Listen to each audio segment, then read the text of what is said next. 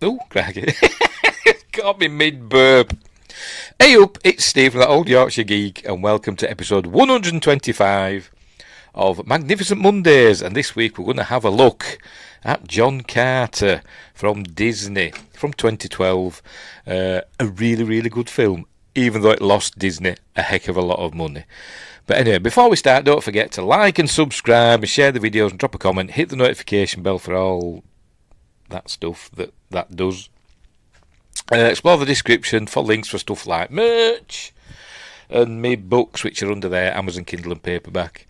What else? And me social medias and Facebook and all that, and X, blah blah blah, and my Spotify page and all that palaver. And become a member, and you get early access videos and exclusive videos and stuff like that, and emojis in the chat and all that palaver.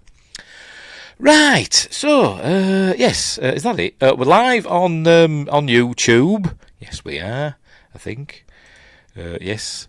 I don't know if we're live on Rumble. Is it going to come on? Is Rumble going to come on? Are you on? Yes, we're live on Rumble as well.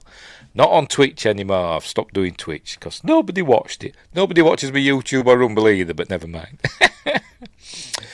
Anywho, right, so, John Carter of Mars, which was the original title, and they did stick it at the end. They were going to call it that to start with, John Carter of Mars. But Mars films tend not to do well at the box office for some weird reason. Disney had a big flop with Mars Needs Moms. There'd been like Red Planet and Mission to Mars, which didn't do particularly well. So they thought, we'll just drop the Mars bit. And it didn't help. It still flopped badly. Anyway, it came out in 2012. It was directed by Andrew Stanton of Pixar fame. I think his previous film before this, I think, was Finding Nemo. I think, could be wrong. Obviously based on The Princess of Mars by Edgar Rice Burroughs, which I've got on my Kindle, and I've never got round to watching it. But watching it, what about watching? I mean, reading it. It's there. Look, I'll show you. It's there on my Kindle. Hang on, where are we? There we go. It's there on my Kindle, look, and I've never got round to watching it. And it is, look, it is the book. I'm not lying. not lying, but there we go. Never got round to reading it. Because I'm a div. I'm a big div. But anyway.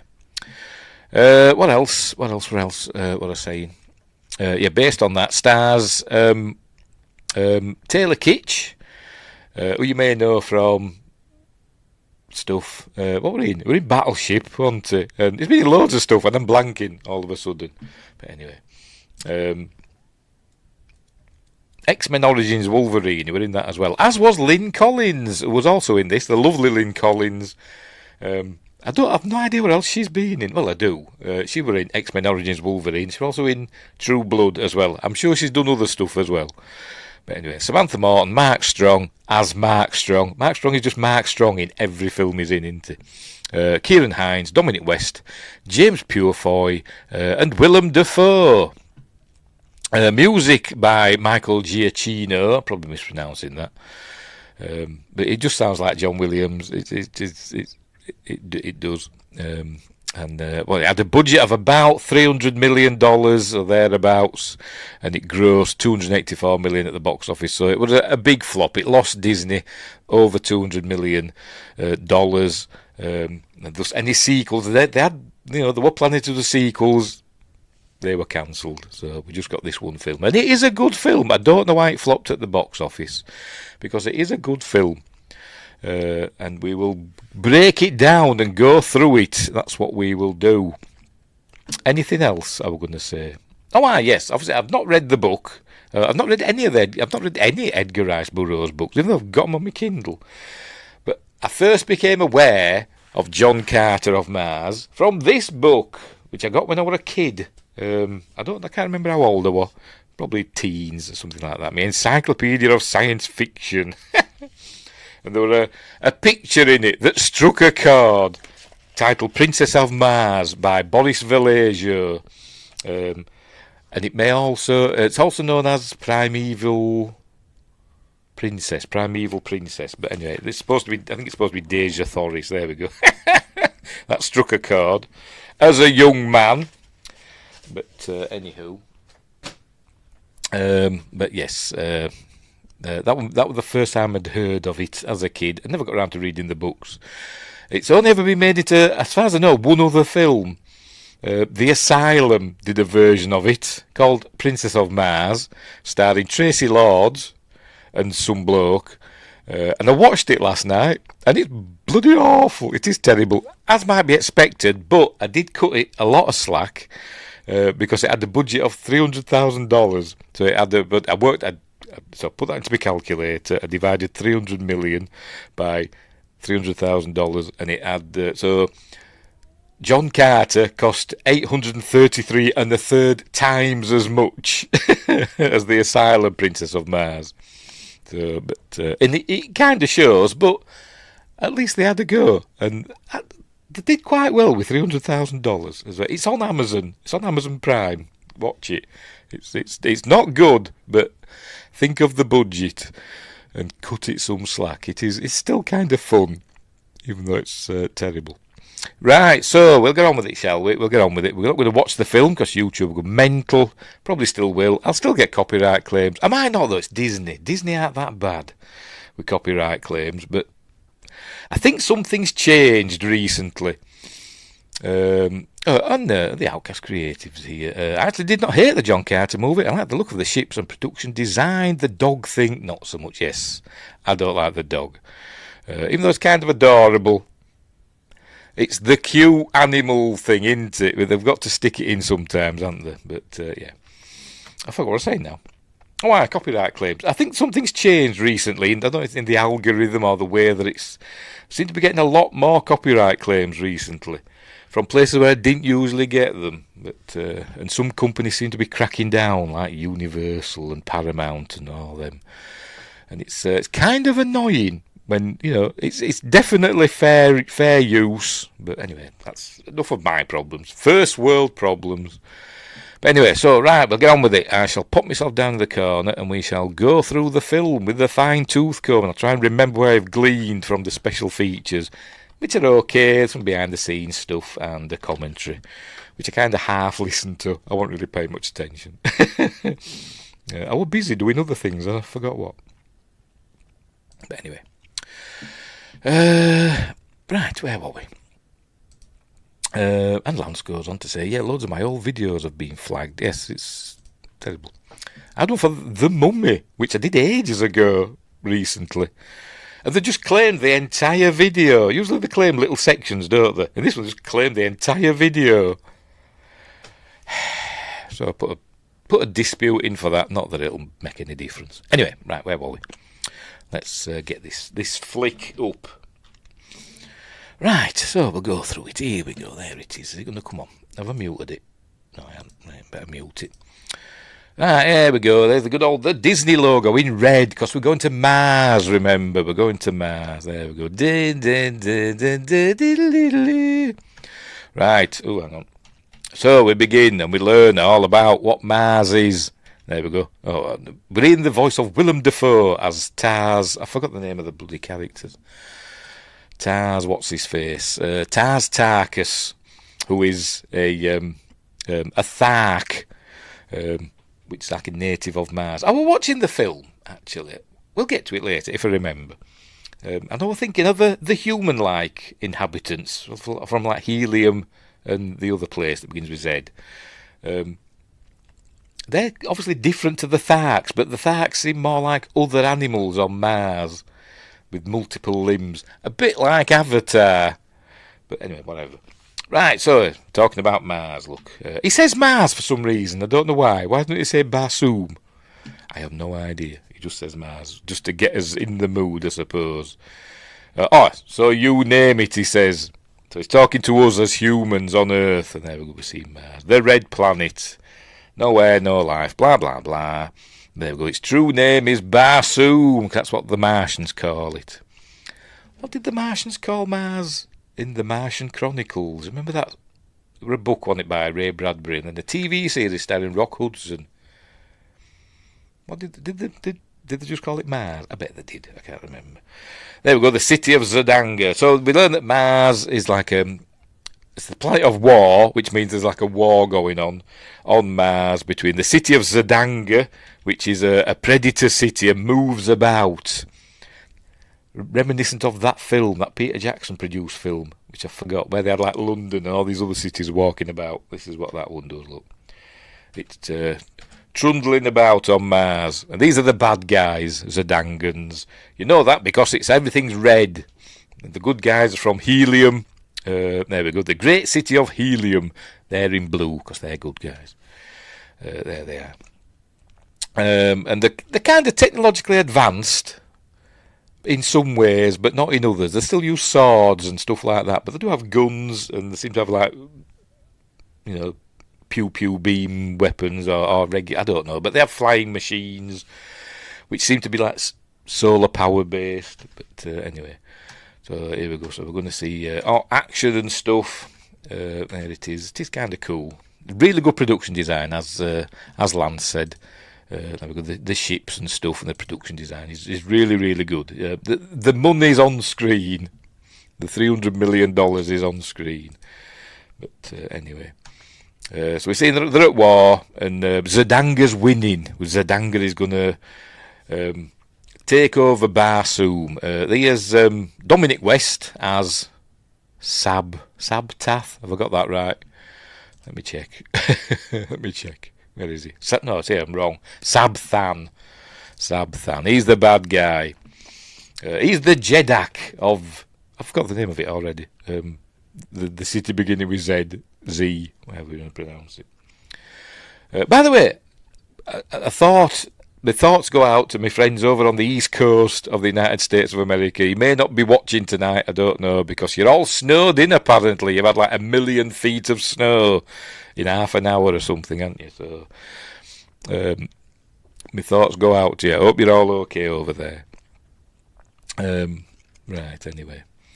So here we go, Death to Helium. So they're all kicking off. And we're going to get introduced now to, I can't remember his name either, Mark Strong. Who does he play? Matai Shang. Very weird names. And not memorable. Here he is. Here they come up, floating down like angels. Oh, floating down. It's not exactly made clear where these guys are from. I don't think they're not from Mars. They say they serve the goddess, whoever that is. Is that Isis or whatever it is, isn't it? It was like the goddess figure on Mars. But I think they're from other planet, another realm or something like that, because they say they go to lots of other worlds. They go to Earth and all that. But anyway, they basically go there to cause trouble. So they're going to give the bad guy a weapon so he can win the war. There he is, Mark Strong, as Mark Strong. He's genuinely the same in every film he's in. Not that that's a bad thing, but, it's not. It doesn't have much range, it seems. Unless they just cast him because he's Mark Strong. Anyway, so here he is giving him that weapon so he can, there we go, do as we command and you will rule all of Barsoom. So there we go. And then we get the opening titles. John Carter, not of Mars, not till the end. With some cool graphics and stuff. An old map of Mars from the olden days when they used to think there were canals. In the behind the scenes, they attributed the canals to have been discovered by Percival Lowell, which wasn't true. They're discovered by Schiaparelli, weren't they? An Italian astronomer. And he called them canali, which just means channels. And it was erroneously translated as canals. And then Percival Lowell thought there were actual canals built by Martians. Anyway, right, New York City, 1881. This is where we meet John Carter. There he is. He's being followed by some chap. If he's going to show him, whatever. So, anyways, he's avoided him and he's sending a telegram. There we go, special delivery. There we go. Dear Ned, see me at once, John Carter. Ned is Edgar Rice Burroughs, who is John Carter's nephew. I'm just seeing if there's any other information. It doesn't say. Toby Britton is the engineer-in-chief. Who are these? I have no idea. S. Ginn, James Enright. I don't know. Have they just made up names? Who knows? Anyway, so here's Edgar Rice Burroughs. There he is, Ned. I'm going to see who plays him. I can't remember. There he is. Daryl Sabara plays him. And apparently, Andrew Stanton didn't realise it, but he'd actually directed this young man before. As a kid, when he was a kid, he did one of the voices of one of the fish in Finding Nemo, and he didn't realise it until later. Anywho, there's Ed arriving at Croton-on-Hudson. Is that a real place? I have no idea. I'm going to check now. I meant to check earlier on. Let's have a look. Yes, it is. It's a village in New York State with some nice waterfalls, apparently, and a cool bridge. And it's in Westchester County. Ah, fair enough. It's a real place. I didn't know if it was like a riff on Croatoan, Roanoke and all that, but no, it's a real place. Right, so there he's arriving there, and he's being followed apparently. He's the butler, because John Carter's super rich. By the way, the film is told in flashback. John Carter is telling his tale, or Edgar Rice Burroughs is reading his journal. But apparently he's dead. They've arrived and he's dead. John Carter. His instructions were he was going to be shoved in the mausoleum, out of the way, and all that. So anyway, we're going to learn that Ned gets everything. We learn that he spent his fortune as John Carter, travelling around the world looking for specific artefacts, a bit like Indiana Jones. So that's what he's been doing. Also, kind of slightly reminiscent also of Atlantis, the Lost Empire. That bloke in that, he did that sort of thing as well, didn't he? But like an ex-president. I can't remember anyway. Look, there's Carly. Is it Shiva or something? I don't know. But Carly from Golden Voyage of Sinbad. I bet that's a direct reference. I bet that is. Anyway, so off we go. He's been looking for stuff, it seems. Right, so I also learned that John Carter, Jack. How is Jack short for John? They're both 4 letters. I've never understood that. And how is Hank short for Henry? How is Peggy short for Margaret? Totally different. Bloody, it starts with a P. Anyway, I'm waffling again, aren't I? I forgot where I was now. Yes, he was a cavalryman from Virginia, and he fought for the Confederacy. He fought for the Confederacy in the Civil War. And Justin's here. Yay! Justin's here saying hello, everyone. I think you're the only one here, mate. I hope you're okay over there. I hope you're not snowed in.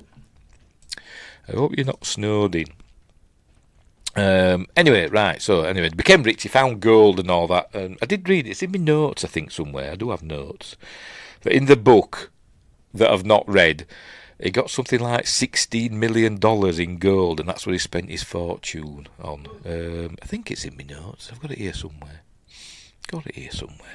maybe, or maybe not, no I haven't. I think he found something like $16 million in gold, in his cave that we see later on. Justin says, we got some, but not as bad as some. All right, good, as long as you're okay. And Win Grace is here. Gold! Dear. Right, so we learn that he's been shoved in his mausoleum, and that it only opens from the inside, except it doesn't. I'm not sure why they said this. Well, doesn't it add the air of mystery, don't they? But then we learn at the end you can actually open it from the outside if you know the code. But anyway, right, so there we go. Intermundos, which means between worlds, doesn't it, in Latin? Not that I know Latin, but I know that. Right, so he gets everything, does young Ned, and he's got to make sure that John Carter's body, stays okay in his mausoleum. But his other instruction, read his private journal. So he's going to read the private journal, which lasts for 2 hours and 12 minutes, which is the length of the film, probably. Right, so again, my condolences. Right, so he's become a rich man all of a sudden as young Edgar Rice Burroughs. And there we go. My dear Edgar, I remember how I used to take you on my knee and tell you wild tales which you always did me the great courtesy of believing. Now you are grown, this and space have parted us, but I reach out across that distance to that same wide-eyed boy and ask him to believe me once more. This wild tale begins 13 years ago, so we're going back in time now. In the whatever that says, I can't read. Assignon or whatever territory between the Pinaleno Mountains and the backside of hell. The war between the states had ended a year prior, and as I am sure you know, the tragedies on the battlefield extended into my home. And then we don't see all that bit. Right, so off we go. There we go. There we go. We're going to be told that we're in 1860 something. It says somewhere. I know it says somewhere. Anyway, whatever. What did it say? Year before? I can't remember when it ended. Was it 1863 the Civil War ended? I can't remember. I wasn't there. Anyway, so I think it's 1864 now. I could be wrong. Right, so we arrive. Here's John Carter. He's coming in. He wants supplies. He's at some supply post and he wants beans. Because he's seen blazing saddles, obviously. But apparently his credit has been extended as far as it'll go. $100 he owes. And he says he's not getting one more thing. And these drunken men are going to start causing trouble in a moment. And John Carter with his not very... it looks fake, doesn't it, that moustache? You can see the bloody paste that they've stuck it on with. But anyway. He's going to have a fight with them. Here we go. And he ends up pulling his gun on the shopkeeper. And he throws him a golden ingot. There it is. There we go, and he has a look at it. There it is. Is it? I don't know. Is it like Aztec gold? It looks kind of like that, doesn't it? How's that ended up wherever he is? I think is it Arizona or somewhere? I think it is, isn't it? So there we go. Found that 2 days ago. It says that'll cover my debts. But then some soldiers come in and say they want you up at the fort. So it's going to fight them and they knock him out. And here we're introduced to Bryan Cranston. There he is. As Colonel somebody or other. Just a minute, I'll find out. Colonel Powell, who wants John Carter to join them, even though he fought on the other side. And they said, you're being decorated and all that. You're a good soldier. We want you to help us sort out all these Injuns, Apaches that are causing trouble. But he don't want anything to do with them. In 2 seconds, a Stargate and a Babylon 5 actor. Wow. I don't know. Has Bryan Cranston been in Babylon 5? I know he hasn't been in Stargate. Oh, has he? I don't know.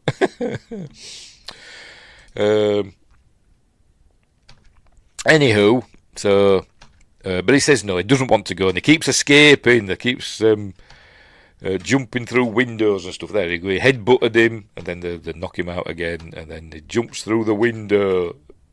Off he goes. He just keeps diving out through the window. They catch him again, throw him in jail. But he don't want anything to do with them. He says, his fighting days are over. Oh yes, he was, wasn't he? Yes, Bryan Cranston was. He was a ranger in Babylon 5. Yes, I remember now. What he was a captain on one of the White Stars, wasn't he? I think. Yes, he was in command of one of the White Stars, I think. Yes, and yeah. And the barkeeper was the guy who ran the diner in that Valor episode where she lost her memory. Oh, right, fair enough, I don't know. That's one I generally skip.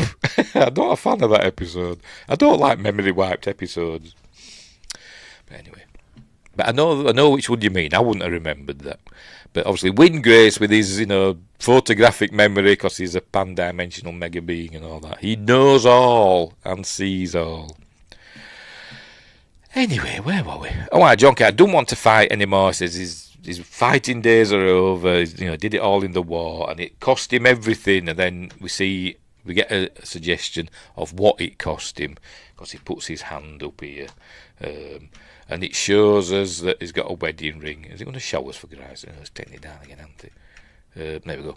I have paid in full, sir. We see he's actually got 2 wedding rings on, as you'll see. So it's obviously he's lost his entire family, and he has. It shows us later in little flashbacks that he has, and he's feeling guilty about that. And there is a bit later on, I was watching it, and I was actually filling up a bit, because I was thinking, he's just letting all this rage out and guilt as he goes fighting monsters and stuff. And it did actually. I was a bit emotional. Just because I see all doesn't mean I want to see all. Well, that is the burden of being a omniscient being. Anyway, so he says he's not going to fight for him. So I say, well, just you sit there, and then we get a little flashback there. We see his wife. That's it. And we see he's got a kid as well, a little girl, I think. Right, so now he's going to escape. He tells him earlier, I'm going to escape and then become super rich and all that stuff. And so this is how he's going to escape. He starts weeing and draws the attention of his guard. I'm not going to tell you again, we're giving you a bucket. But doing, there we go. Knocks him out and steals the key. And then the guard comes running. He stole your horse, sir. So he comes out. Carter! So they go chasing after him across the... I think this is maybe Arizona or Utah. I can't remember. It was shot. Some bits were shot in Utah. Some bits were shot in New Mexico. Some in Arizona, and I don't know which is which. I think this might be Arizona. It looks a bit Arizona-y, doesn't it? Don't know. But anyway, they're chasing after him across this magnificent landscape. Some say it may even look a little bit Martian. Some may say. Anyway, but suddenly the chase ends because we come across some Apaches that he's talking to. There we go. Speaks Apache. Hi, whatever. I don't know. I can't speak Apache, obviously. But then one of these damn Yankees shoots one of the Apaches, and it all kicks off. There we go. There we go. He shot one of them. So it all kicks off. And Colonel Powell gets shot. There we go. Ag. Because that's what you say when you get shot, don't you? You go, ag. And John Carter, who could have escaped, but he's a good guy. I don't speak Latin or Apache. No, I don't. They're the only 2 languages I don't speak. I'm lying. I don't even speak English. No, for Christ's sake. Anyway. Because John Carter's a good guy, he goes back to and saves him. And he just says, I thought you didn't care, Carter. And says, I don't. But he obviously does. Anyway, so they go into these valleys. There it is. And he carries the colonel on his back up into where's this cave. And the Indians, for that is what we will call them, chase them up. And we think they're going to get got. But then they look up and they see that there's something above the cave, and they go away. So he says, I've got to check it out. So hang on. So he goes and has a look. Hang on. Is it going to show us? There we go. We see that there's a petroglyph. Yes, because there's a legend of like a spider cave, which I think might be in the book. I'm not sure. I don't know if it's the cave but there's something to do with spiders in the book. Maybe. I don't know. I've not read it. In the Asylum version, the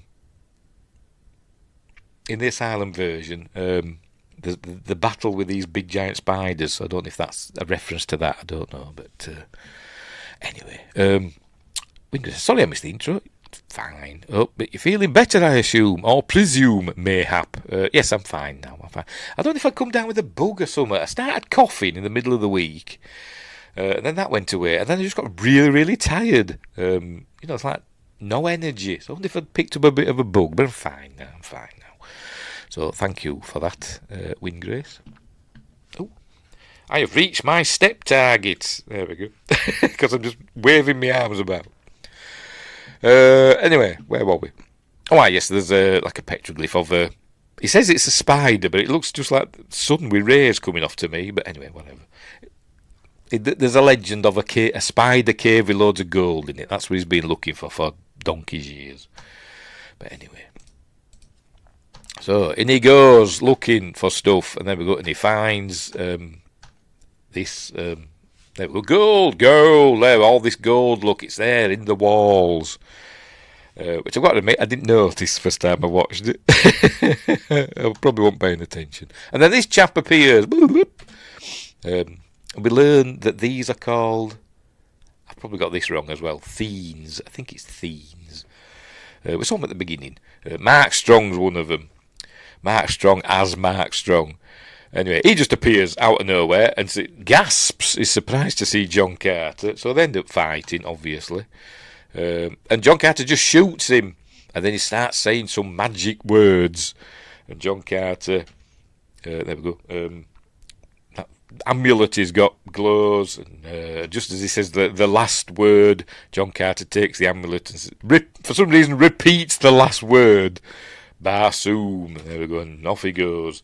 On his Stargate to Mars. There he is. And he wakes up. We learn later on it's I don't know. I don't think there's much science involved. It's a fantasy, isn't it? He's still in the cave on Earth. Does he still have the amulet on Earth as well? I don't know, but he finds himself here on Mars. He doesn't realise he's on Mars yet, but he's on Mars. Barsoom. He's got the amulet with him there as well, but it's a copy of him. So he's real. He's not like telepathic projection or anything. It's a copy of him on Mars. So anyway, there we go. He wakes up. We see he's on Mars, and apparently this is a dry lake bed, and all these plants are not real. You know, the props and stuff or whatever. Because they said it was just flat as far as the eye could see. So they just stuck all this stuff to break it up a bit. Anyway, and make it look a bit alien. Right, so here he is. Anyway, he sees something glinting in the distance. There we go. So he thinks, I'll head off walking in that direction. And then we learn. You'd think he'd find out instantly, wouldn't you? As soon as he stood up. Because he's on Mars, and the gravity is lower on Mars. I'm not sure how much. Is it a quarter of Earth's or a third of Earth's? There's more gravity than on the Moon, isn't there? The Moon is a sixth of Earth's. I'm not sure what Mars's is. I think it's a quarter, isn't it? And you think he'd know that instantly. You think, oh, I feel light. But he doesn't. He sets off, and then off he goes. Hey, look, and he can't walk because obviously he's designed for walking on in Earth gravity. But he soon gets the hang of it, and he starts bouncing about. There we go. This is Taylor Kitch on wires and stuff. Because that's how they faked it for the moon landings, isn't it? I bet people have said that. So here he goes, look. There he is. There we go. Just like in the moon landings, on wires. Because it were all fake. It wasn't, I'm kidding. Right, so off he goes. Jumping over mountains with a single leap. Some people have said that a lot of other writers of both books and comic books have taken a lot from Edgar Rice Burroughs and John Carter. Which could be so, you know. Superman leaps. Leaps building tall buildings with a single leap, didn't he, originally, before they could fly. And as I said, George Lucas probably borrowed heavily from it, and you know, other people as well. Flash Gordon, you know, all that, you know, they all came after this, didn't they? This 1912, by the way, Princess of Mars was published, and this film came out in 2012, 100 years later. Wingrace says, "Oh, so you're a moon truther?" Yes, I'm a moon truther. They went to the moon. But we don't know everything they saw. They haven't told us everything. There's buildings and ruins and everything. I've seen Moontrap with Bruce Campbell and Walter Koenig. Anyway. off he goes, bounding across the Martian plains, and he's wondering what's going on. But then suddenly he's fine. He's got the hang of it now. Look, he's just walking. He's fine. He's got used to it now. All of a sudden, he doesn't seem to have that trouble anymore. Not being able to walk. Anyway, it's found where the glinting were coming from. It's this thing here. It's some sort of glass case thing. And we see there's eggs inside. There they are. And these are baby tharks.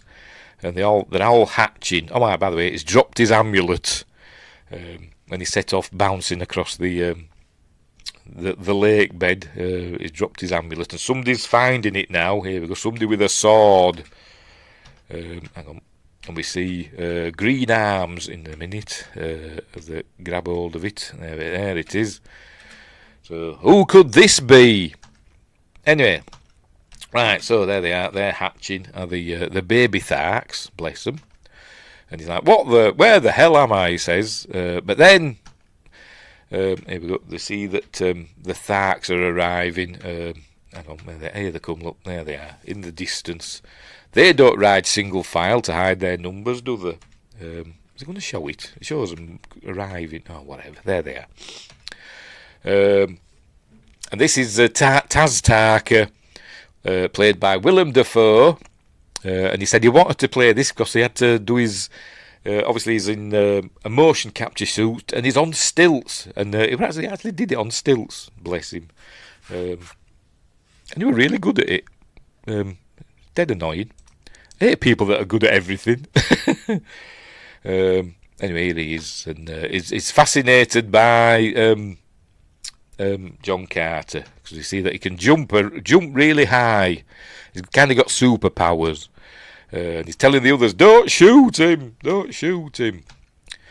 Anyway, right, so he's going there, we're talking to him, but he can't understand him. He says there hello, but it's translating for us. He's speaking to him in Tharkish or whatever, so he doesn't understand. So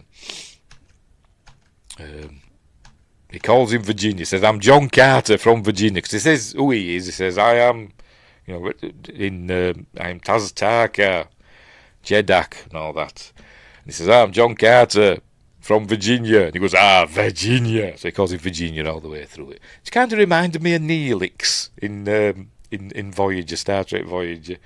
He used to call, I forgot the name, Tuvok. He used to call Tuvok Mr. Vulcan, didn't he? Because he didn't realise, he said, I am Vulcan. Glad to meet you, Mr. Vulcan, in the pilot episode. Anyway, so here he's saying he wants him to jump, but so he jumps. There we go. Yeah, Virginia. Anyway, they shoot him, but just get him in his leg. There we go. There we go. So then they've captured him. It says 18 have yet to hatch, Jeddak, the babies. And it's where we learn that it's kind of a brutal culture that the Tharks have. What they do, the females lay the eggs, and they gather them all up, take them to these incubators, wherever they are. And when they hatch, they just bring the hatchlings back to the village, and then the women just take a baby to raise, and so they never know whose baby they're raising. But we learn that's different for one character that we're going to meet later. Anyway, so here we go. Cool scenery. Now then we see that they're basically destroying the rest of the eggs, the ones that are unhatched. They say because of predators and stuff like that. They can't leave them to the. Do they say white apes or whatever? Does he say that? Hang on, where does it say it? 18 have yet to hatch. They are weak and not Thark.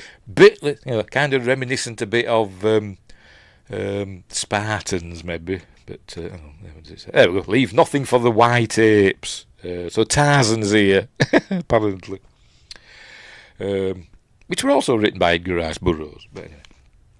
Right, so here we see the lovely Lynn Collins as Deja Thoris. Why am I blanking? Because I'm an idiot. Thoris, isn't it? And she got the part. I think when she auditioned, maybe she'd just done X-Men Origins Wolverine, and she had dark hair for that, didn't she? When she auditioned for this, and they liked, she got dark hair and all that. But then when she came in to do the actual role, she actually had the natural hair, which I think she's a redhead and she's brown eyes and stuff, so they stuck blue contact lenses on and dyed her hair again. I'm sure she actually said she was blonde in an interview I saw. Anyway, I don't know. But she's gorgeous anyway. She kind of reminds me a little bit of Evangeline Lilly. A little bit. But anyway. She's good in this. A good British accent she puts on as well, but because she's not British, she's American. I think she's from Texas, is she? I think she's Texan, isn't she? But an impressive British accent, as I will demonstrate. Barsoom. A world on the brink. A world on the brink. I mean, she does pretty well, because a lot of American women, when they do British accents, they kind of sound a bit breathy, don't they? But she does pretty well. Anyway, so she's practising some speech or whatever. We learn her dad is the Jedi. She's the Princess of Mars, by the way.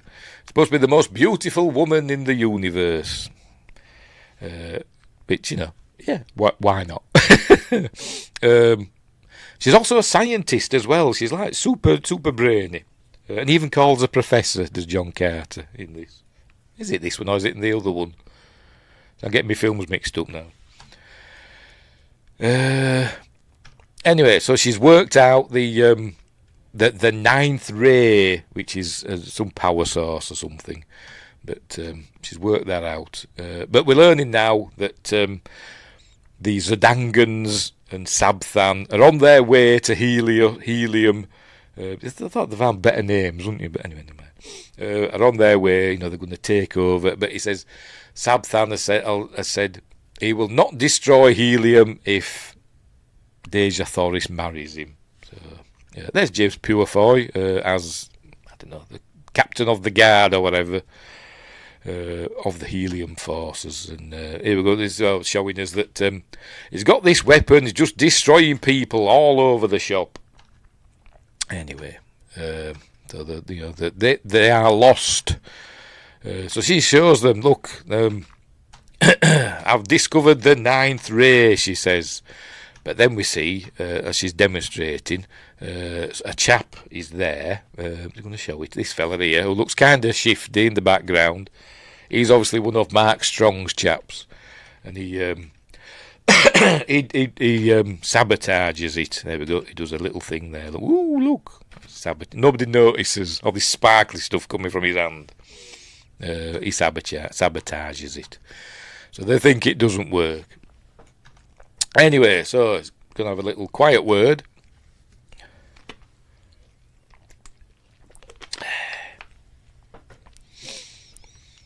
Fool! Everyone knows there are only 5 rays. There are 4 rays. Anyway. Excuse me. It's going to have a little chat with Dad. This is Kieran Hines, a great Irish actor. I don't think I've ever seen him in anything bad. Well, he's not been bad in anything. He's been loads of stuff, but for me, I remember him in Tomb Raider Cradle of Life, played the baddie in that. He was in Woman in Black, that one with Daniel Radcliffe. That horror film, we were in that. And there's been loads of other stuff as well, obviously. Great Irish actor. He plays somebody. Deja's father. Tardos Morse. He's the Jedak of the helium people. They should all have a high-pitched, squeaky voices if they're from helium, shouldn't they? Oh, pardon me. Oh, what's happened here? My mouse pad has come apart. Oh, my little thing that you rest your hand on. It's just disintegrated. Anyway. Where were we?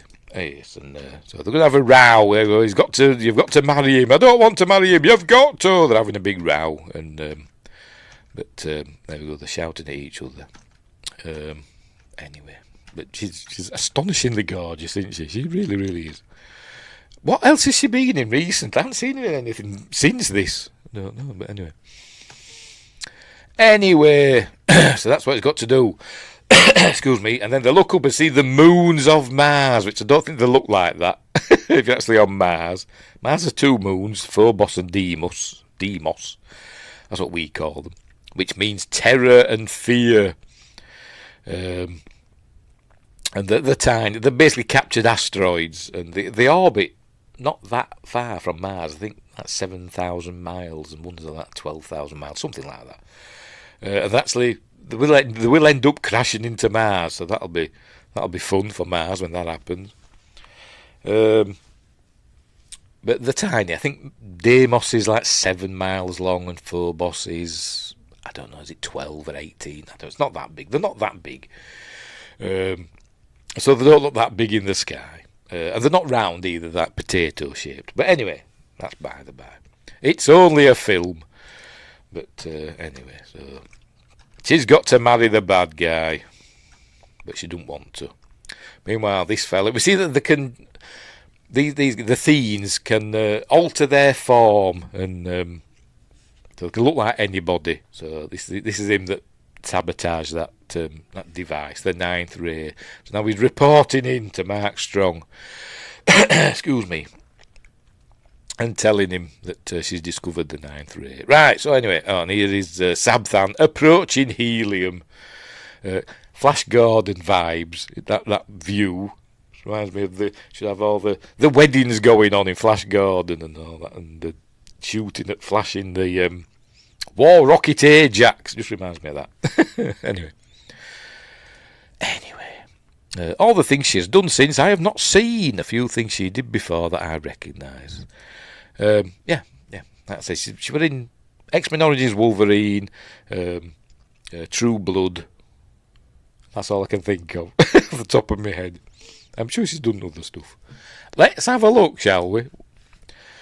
Lynn Collins, where are you? There she is. Yeah, she got blonde hair there. Sorry, I'm just looking at the picture. Yeah, she's got blonde hair there on IMDb.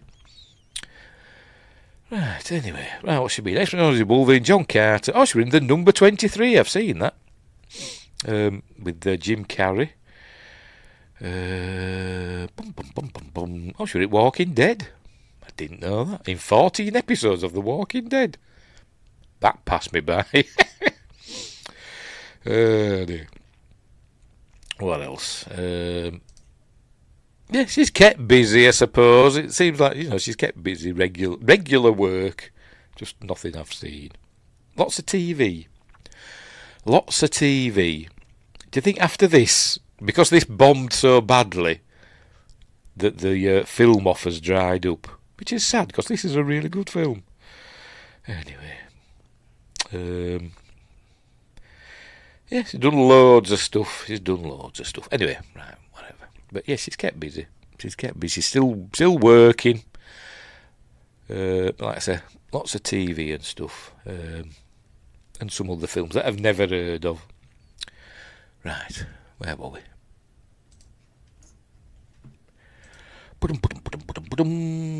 Wingray says the Lake House, number 23, 13 going on. Yes, that's it. I've only seen number 23, and that was just once, 51st dates. Anyway, right, so, they're taking John Carter to the Thark City. There it is. Did the Tharks build this then? Is it? It's in ruins, isn't it? Or is this from an earlier civilization? I don't know. It doesn't really go into... Maybe it does in the books, I don't know, but it doesn't tell us here. It's like they've occupied like a ruin, isn't it?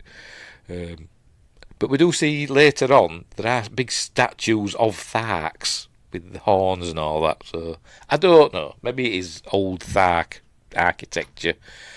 I don't know. But it doesn't look as though it's been very well maintained, does it? But anyway...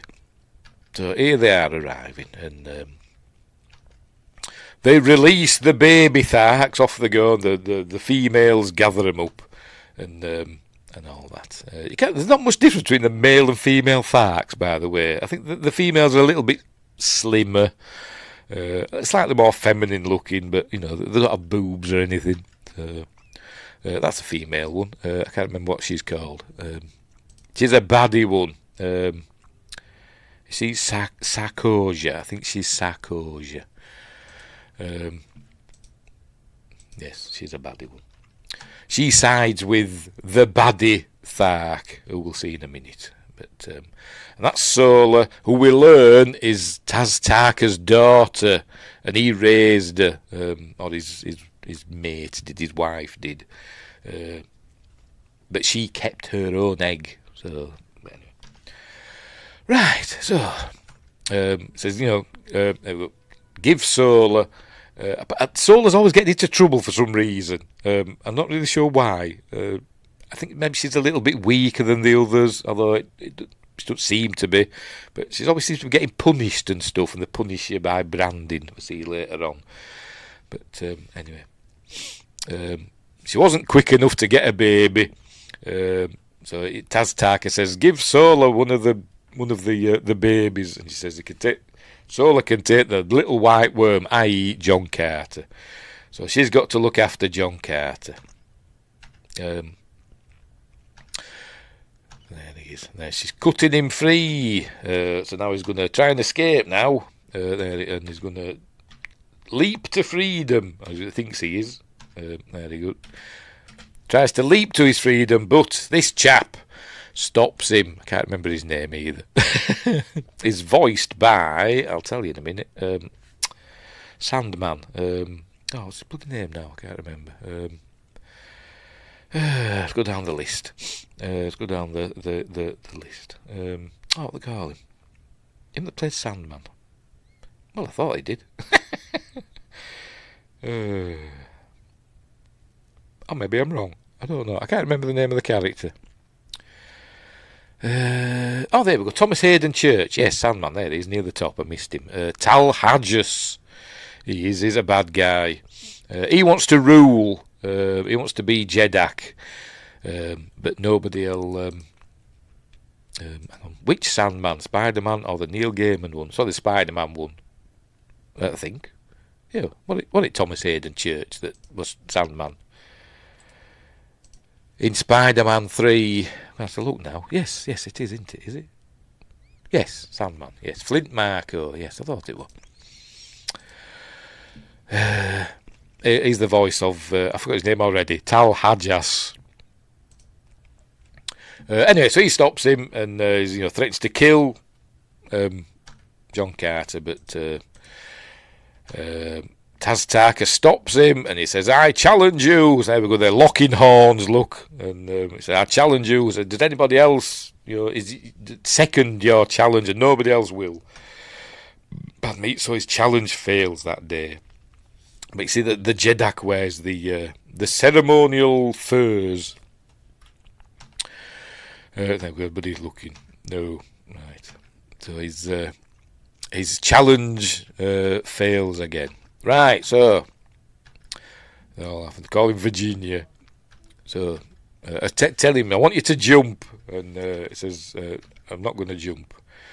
But then he sees he's got the amulet. But anyway, so they're taken with the other hatchlings, and Sola's looking after him. They've got him chained up, so he won't escape again. And now she's going to give him this stuff to drink, and she says what it is, and I can't remember what it is.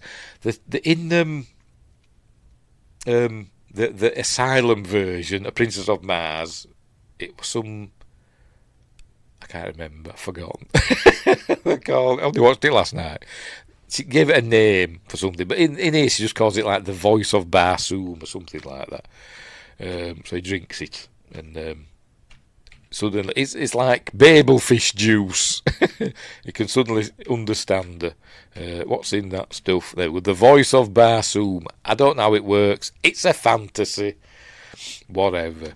But then you can start understanding them, but not yet. Right, anyway, he escapes. He gets out because he's stronger than the average Martian. But then we see the cute dog. Where is he? There he is, the cute dog. Well, I forgot the name of it.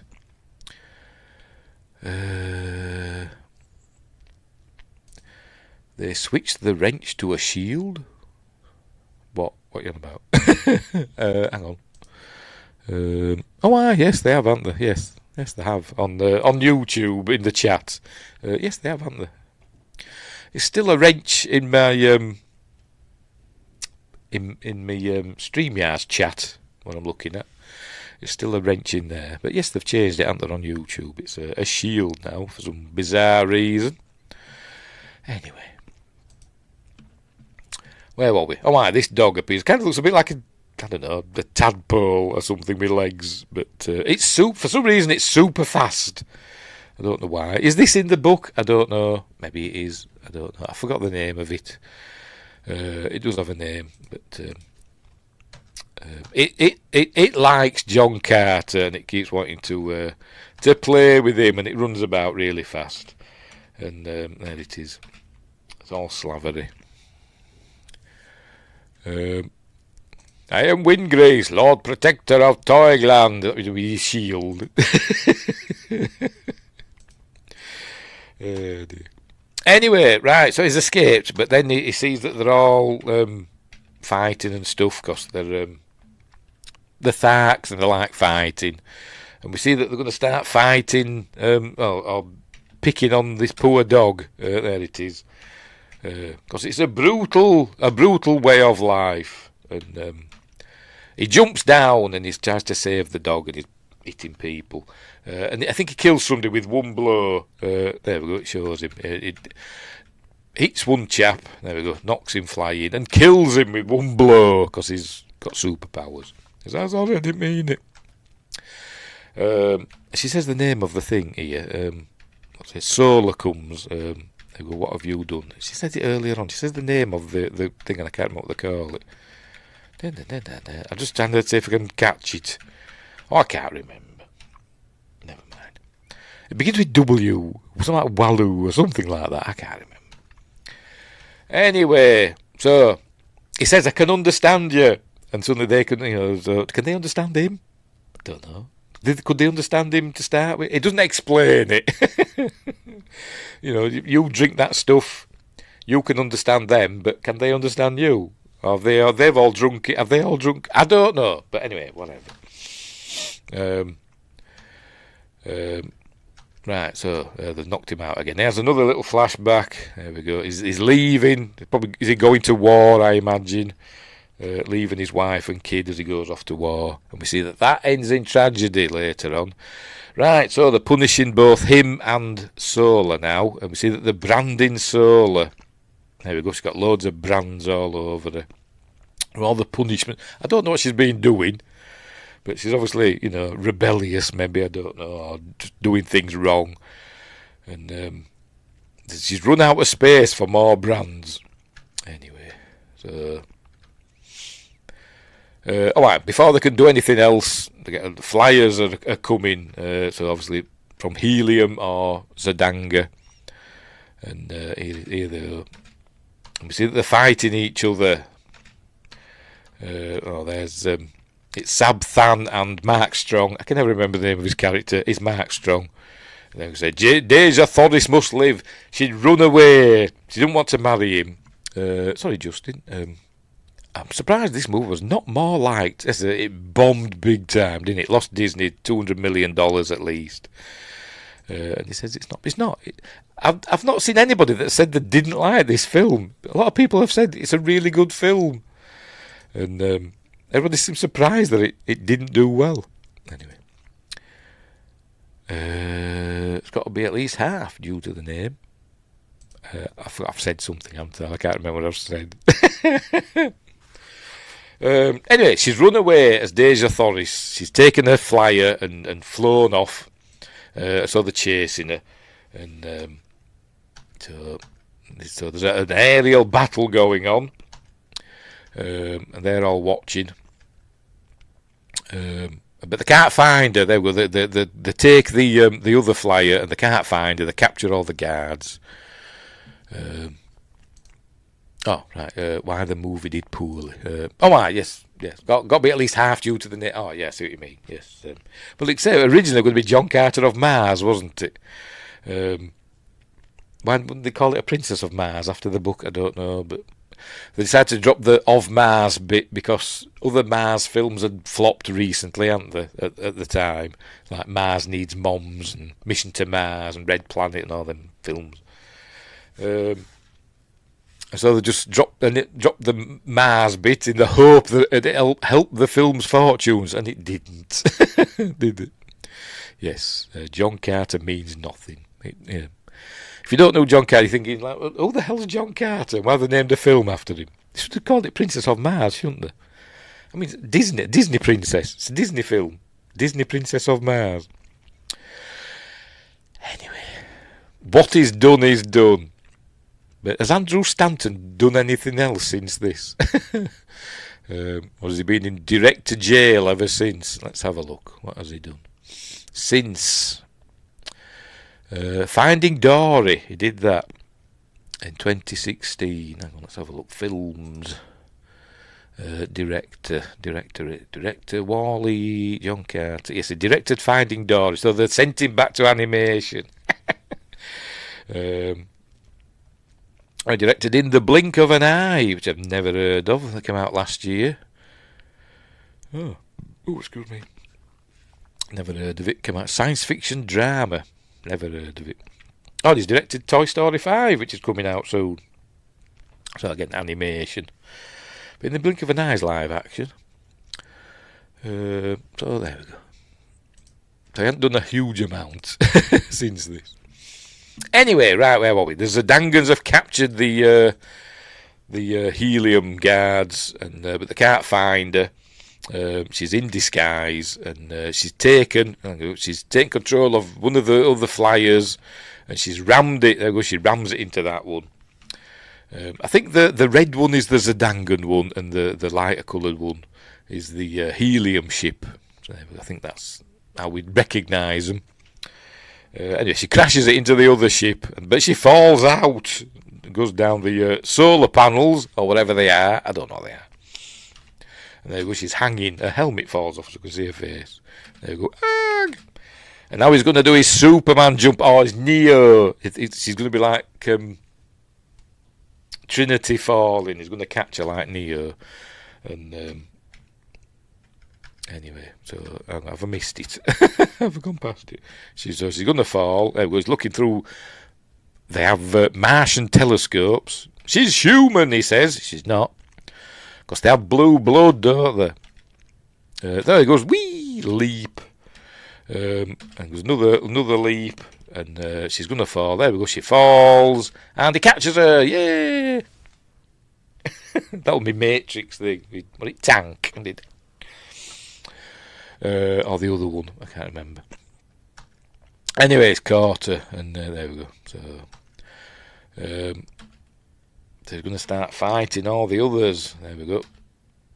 But then she starts fighting as well. Maybe I ought to get behind you, he says. Yeah. Anyway, so he's obviously madly in love with her. Love at first sight. I mean, it's Lynn Collins, for crying out loud. But anyway, so a fight carries on. And the Zidangans end up having to retreat. Mark Strong tells them, we've got to go, we'll sort this out later. And so off they go in a minute. There we go, he jumps back down, and then he goes, you may take me captive, to the Tharks. Because all the Tharks are shooting now at the Zidangan ship, so they've got to retreat. Yay! So they now think he's amazing. He fights like a Thark, and it gives him Tars. What's his face? Gives him.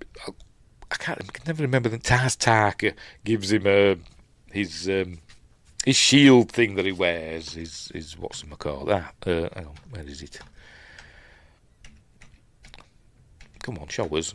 Oh, whatever. She introduces herself, but they take a prisoner. He's got all that stuff on. It's supposed to be spoils of war, I think. But he says they're saying it, John Carter, Virginia, or whatever they call him, will fight for us. They call him Dota Sojat. There we go, Dota Sojat, which he says means my right arms. Apparently it doesn't. I think, is that in my notes? It doesn't mean right arms in the Martian language from the books. Just bear with me. I think it's in me notes. There we go. Oh no. Bum bum bum bum bum bum bum bum bum. Or maybe it's not in my notes. I don't know. There we go. In the book, the name Dota Sojat was not a title meaning my two right arms. Rather, it was a combination of the names of two chieftains that Carter had killed in combat. Not only does the victor in combat win his opponent's possessions, but his name as well. But they've changed it for this, haven't they? So there we go. So they're giving him this title, and he says that no, I'm not going to fight for you. He says no, I don't fight for anyone, and he takes all that stuff off, and he goes, Virginia, reject this honour, and I cannot guarantee the safety of what's her face of Deja Thoris. So he says, okay, I am Dota Sojat. So there we go. By the way, the red girl. By the way, the people on Mars are red, aren't they? So there's kind of a correlation between, Native American Redskins. I don't know, but anyway, probably reading too much into that. Oh, and then we have this little scene here where it shows them. They're all running about around them, and it kind of looks weird because they're running past them. The hair doesn't go in that direction. You think the hair are going that direction, it goes the other way. But it's as though that they're not really there, isn't it? But look, they're going that way, and the hair blows the other way. Look. Never mind. Right, so they're going to stripping the crashed flyers for spoils of war and just chucking the dead onto a pile, and she's looking at that and being sad because should have had a protocol droid there to burn them, shouldn't they? Anyway. So there he says, war is a shameful thing. That thing he's got, because he's Dota Sojat now. I don't know what that's got, breastplate or whatever, I don't know. But apparently in the book he's nude, apparently. I don't know, I've not read it. I'll have to, it's on my Kindle, but apparently in the book he's nude. For the whole book, I don't know, but anyway, so she's asking him, how did you learn to jump that way? She's not asking why he's not red, because they're all reddish coloured, aren't they?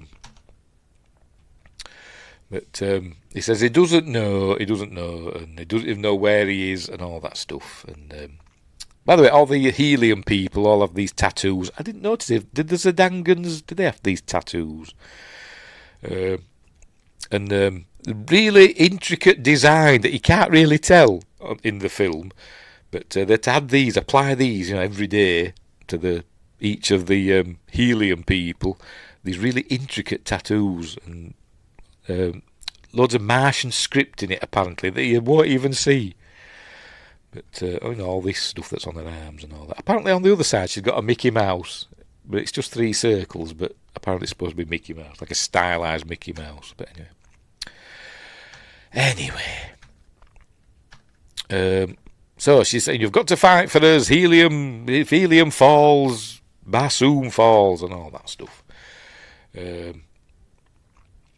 It's also talking about the flyers. He says, when did you learn to fly? He says, don't you have flying things, where you're from? He says, no, our ships go on the sea. He says, what are you talking about, seas? Because no seas on Mars anymore. And he says, there are no seas on this planet. And you said, planet? So he's realising, there we go, that he's not on Earth anymore. So she draws the solar system, not to scale. Helium falls when the question is asked. I'm sure that's a reference to something that's way over my head, because I'm an idiot. Anyway, so doing it says, she gives the names out now of the planets, which I obviously can't remember. There we go. Steady, pressing the wrong button. So the sun. So they still call it the sun. It doesn't have another name. But then Barsoom, which is Mercury. There we go. Then Barsoom, which is Venus.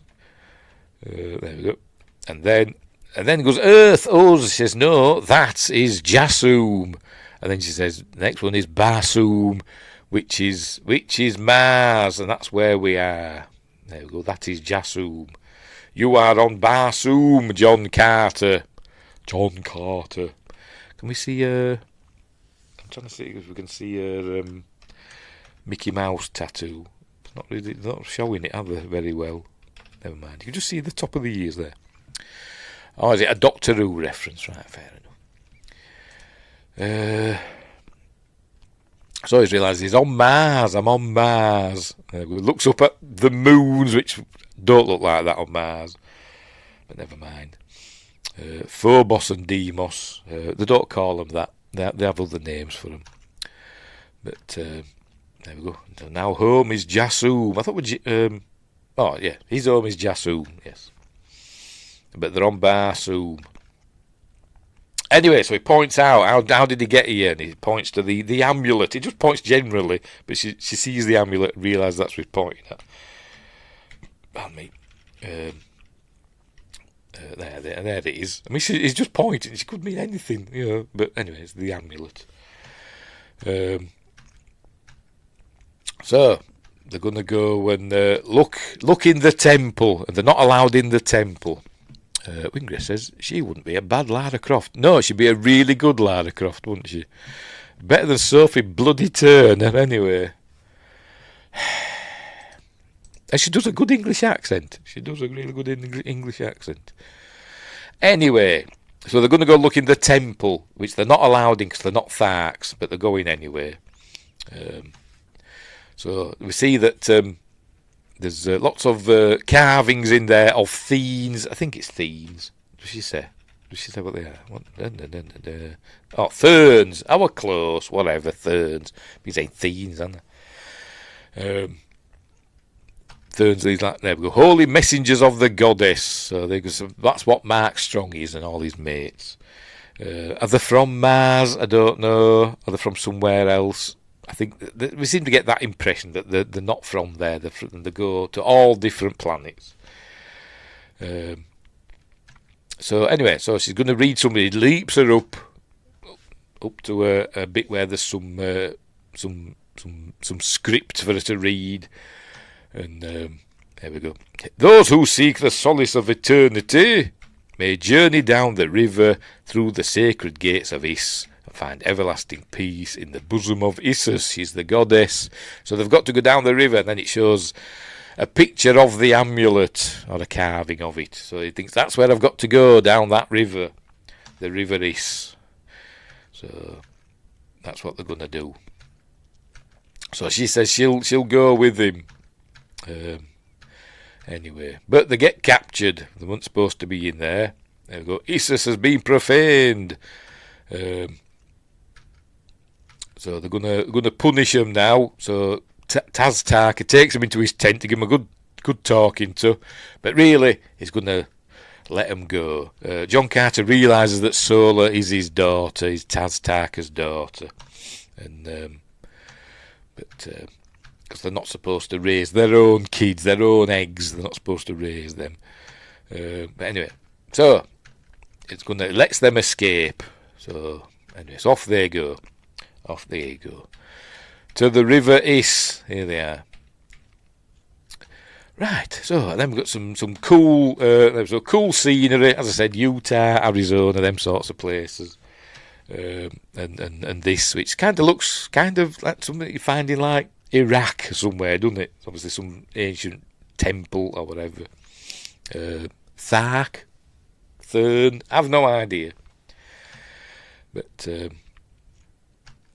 anyway, so we've seen loads of other ruins, blaming it on the Zedangans, and anyway, so right. So they arrive at the river eventually, but we're back at Zedanga now. Mark Strong's telling him off again. He's always telling Sabthan off. He says he's an idiot and all that stuff, which he is. He just wants to fight all the time, just Sabthan. Mark Strong's always telling him, just do as I tell you and you'll rule the world. But anyway, he's impatient. Anyway, so they're trundling away, heading for the River East, but she's leading them astray. Apparently, she's taking them the wrong way, and Solar notices, and she's heading them towards Helium, not the River Is. Anyway, that's what they call Cluros and Thuria. That's what they call the moons, Phobos and Deimos. So he leaves her behind. There we go. He knocks her off her horse thing. Leaves her behind, and but then she falls over, and he goes to help her, and because she's a princess of Mars, and she's acting all princessy. But anyway, so she promises to help him. So off they go to the river. But meanwhile, they're still going on, being bad guys and all that stuff. Blah blah blah. There you go. He's talking to his men. It is under my control. He's following where they're going. So he says, "I am there already," and he's appeared at where they're going. So here they are. They've arrived. There we go. At the River Is. I'm not sure where this were filmed. I think it's Big Water, Utah. I think. But anyway, apparently they loved it. Then they got to this location. They've been filming for months in England with not great weather. It's England, isn't it? And they were lovely. They arrived here. Lovely weather. Because it's a bleeding desert. Anyway, so they arrive and they've got to find a boat and head down the river. There he goes, leaping across to the boat. I don't know why he's angry with it. He's angry with Soli for some reason, and I don't know what. Don't know why. Anyway. Oh, by the way, I also learned that there are other Tharks around. These Tharks that Solar's tribes, they're kind of civilised compared to the others. I forgot what they call them. Warhoons or something. They're like savage Tharks. And they're in this area somewhere. Anyway. So they're heading down the river, and off they go. And they leave the poor dog there. What's it called? Does it tell us? Wooler. There we go. The dog's called Wooler. Stay. And he does. Right, so they're heading down this river. Very Lord of the Rings. Should have 2 statues there, shouldn't they? Anyway. So down they go, this river. And this is how they go. We see other pilgrims heading to the temple, the gates of Issus, or whatever they call it. We never see these again. It's just showing us that there are other pilgrims heading that way. Anyway, so they arrive there. There we go. A big giant Millennium Falcon is there. There we go. And he says, I've never seen anything like it in my life. There's Deja Thoris. So he leaps up with her. Hang on. There we go. Whee! Because he can just jump any height. So he's jumped up with her. Because he's got the amulet, we see that it activates whatever this is. There we go. Carter, your feet. And we see, there we go. It's doing cool stuff. So it basically unlocks, it opens the door. So in they go. And we see that it's showing them what it can do. There was this energy. It says, it's the 9th ray. That's what it is. The Therns knew all about this. That's the energy that they can use. Oh, pardon me. So, and then it shows all the different worlds that they can go to. And it gives instructions how to get there. Any minute. There we go. They go, here's Barsoom, there's Jassoom, and in between there's this writing, but she's not sure what it says, so she wants to go back to Helium, to the library, to look it up, basically, but he doesn't trust her. He thinks, hang on, she wanted to go to Helium earlier. Is it a trick? But she says, no, I've got to go and do that. So there we go. This is where we learn that it's a copy of him that's on Mars. His Earth body is still on Earth in that cave, but now there's a copy of him on Mars. Anyway, So it's where we see that they're starting to fall in love. I think they're going to kiss. There we go, the kiss. But then he straight away thinks of his wife, and then he pulls back. So it shows that, and his daughter. And he pulls back, and then looks at his wedding ring and all that. Says, "No, this is not right." So his guilt for their deaths, because we see what happened to him in a bit. Stops him from loving Deja Thoris, but not for that long. Anyway, bad guys are coming. It's going to show us in a minute. Does it tell us? She says what they're called. There they are. Hang on, where are they? Doja Sojat. What are they called? What are they called? Wow, Warhoon. That's it, Warhoon. The other Tharks. So they've arrived. They see you've got Mark Strong talking to them. Anyway, so she says that he tells them, "I want Deja Thoris alive." And he says, "The one who jumps, let's see what he can do." We find out in a bit. So anyway, so they get back, they roll like buggery and get back to where their beasts of burden are. They're heading off across the desert with the Warhoon in hot pursuit. Anyway, but they're catching up to him. Here we go. And now we're going to get another flashback. There we go. He's falling in love with Deja Thoris, and so he's going to sacrifice himself now. We get a flashback. He's coming back from the war, and we see that his homestead is destroyed, and he finds the body of his wife and child in there. There we go. We see it there. Look. So not a nice thing to come home to, is it? So anyway, so he's going to. All that guilt and the rage and all that is going to come out now, and he's going to take it out on these Warhoon. So it says, "Get her out, Sola, get her out of here, Wooler, off you go." But Wooler's going to stay as well. There we go, Wooler's going to fight alongside him.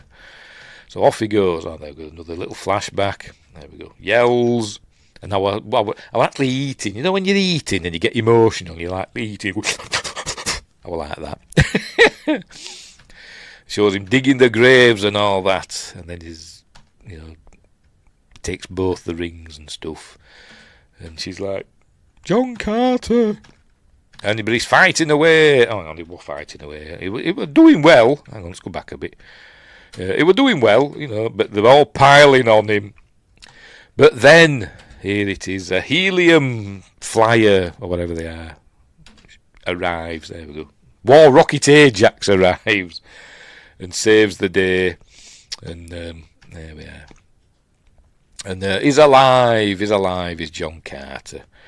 And she's telling him he's from Barsoom. But anyway, but Sabthan's there saying, "I'm sorry and all that. I just want to be friends, honest." And he even offers his life to her. There we go. He gives her his sword. "I'll give you my life," and she makes out as though she's going to kill him, but obviously she don't. So marry me and everything'll be cool. So off they go. There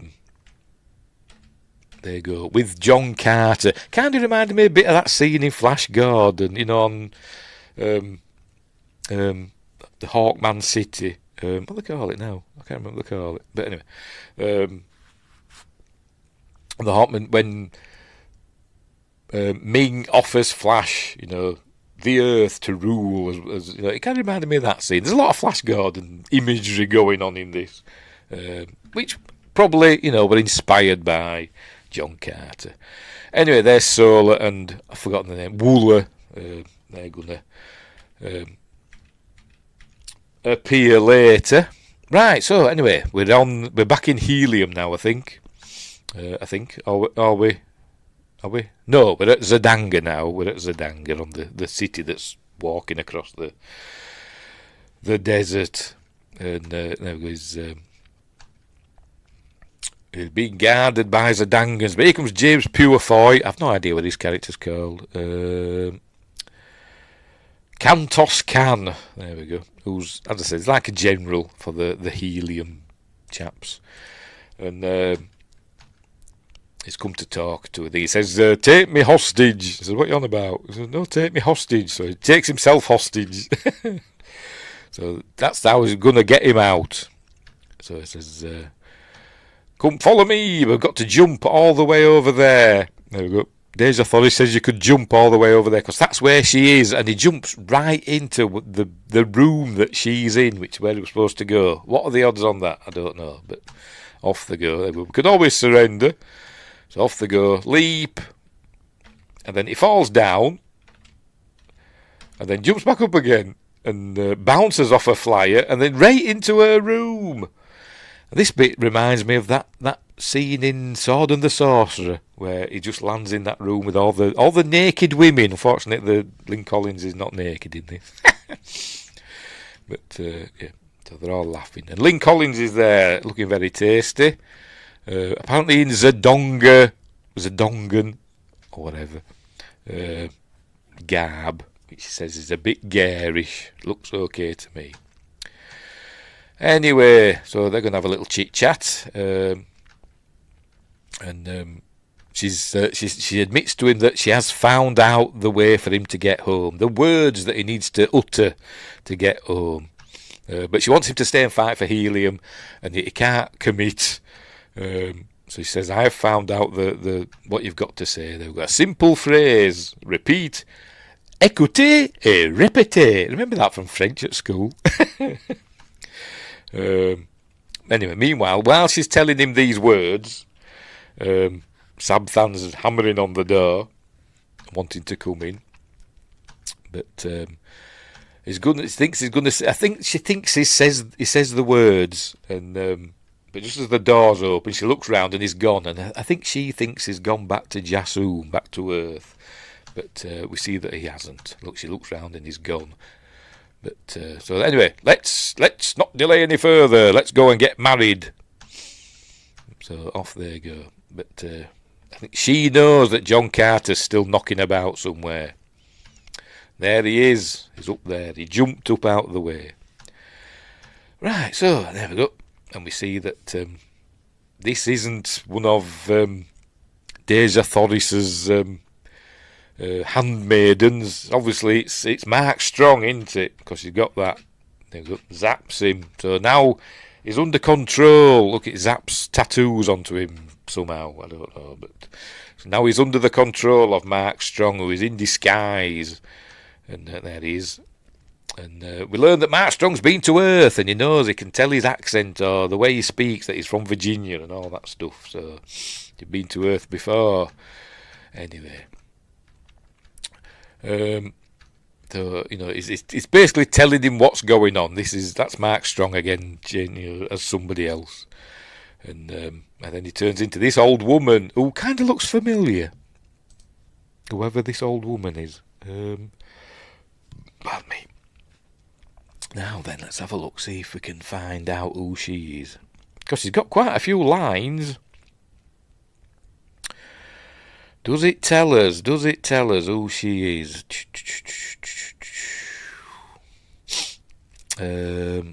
Eileen Page. All right. Elderly woman, Matai. Eileen Page. What have I seen her in? She looks really familiar. No. Not what I've seen. Never mind. To be honest, I thought it was Rula Lenska, but it isn't. Anyway. So he's telling him what's going on, and that they're going to kill everybody, and Zedanga's going to rule Mars and all that. It's going to be like a red wedding sort of thing. So he's telling him all that, and so he's going to. I don't know why he's telling him, just because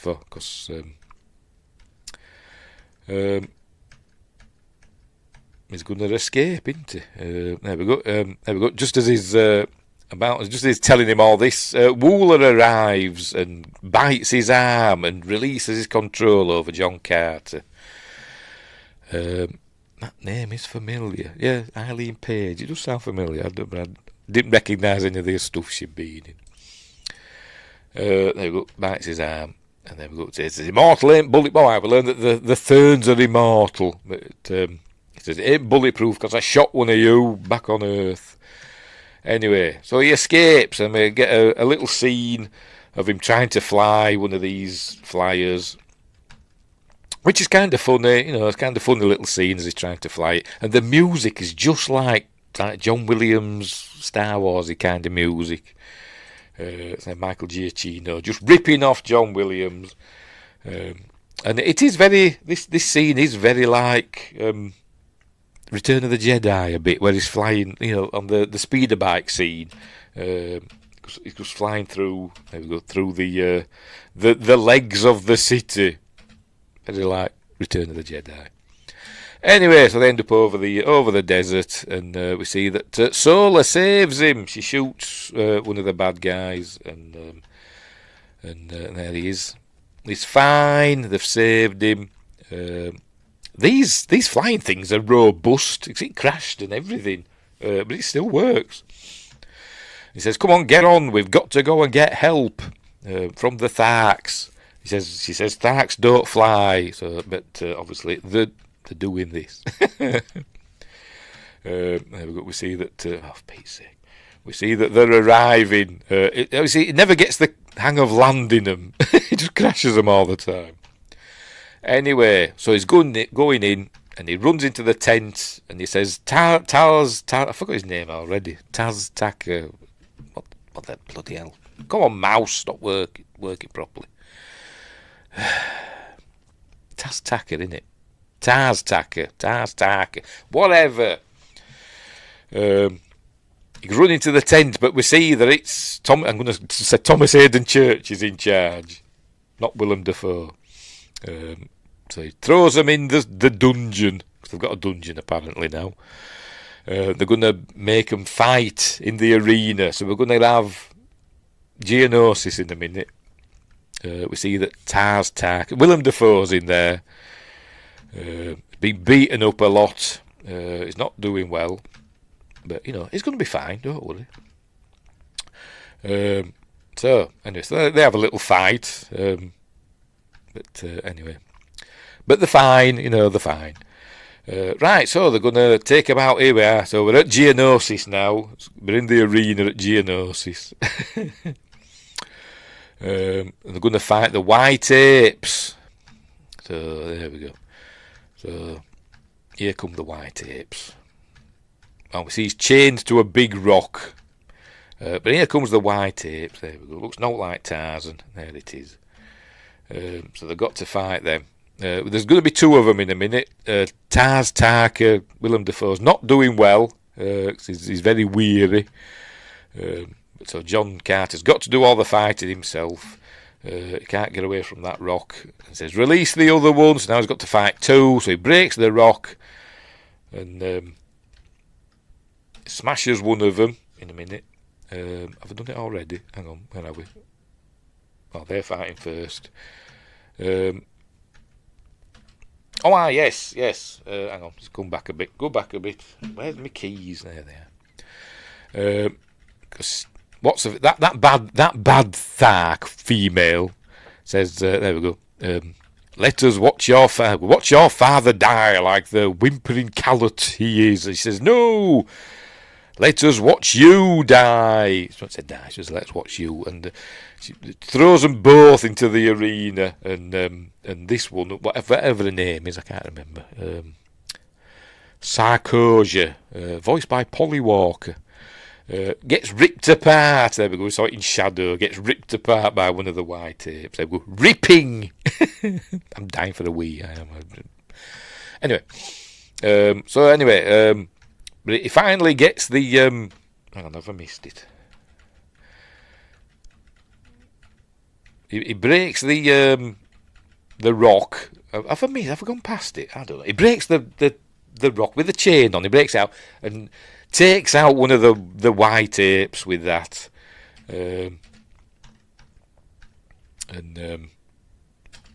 Here we go. There we go. They've done it now. He breaks it and then swings it round. It looks kind of goofy. Takes out the White Ape. One of the White Apes with that. There we go. Smash. So that's that one down. So one down, one to go. And apparently, it says it here somewhere. Where is it? I can't find it now. The bit that Never mind, don't matter. The bit of the chain is supposed to be a D, like the Disney D from Disney, the Disney font. I guess it kind of looks like that, but never mind. Anyway, right, so here we go. So it's fallen on them. Tars, Tarker, and Solar. So here comes. Oh no, I've gone too far. There we go. Here comes John Carter, and they throws him a sword. He's really good at catching swords, John Carter. Throws the sword at him. There we go. And he catches it, and it lands on him, and then it comes. He dug his way through the white tape. Luckily, they have blue blood, so it didn't get an NC-17 certificate.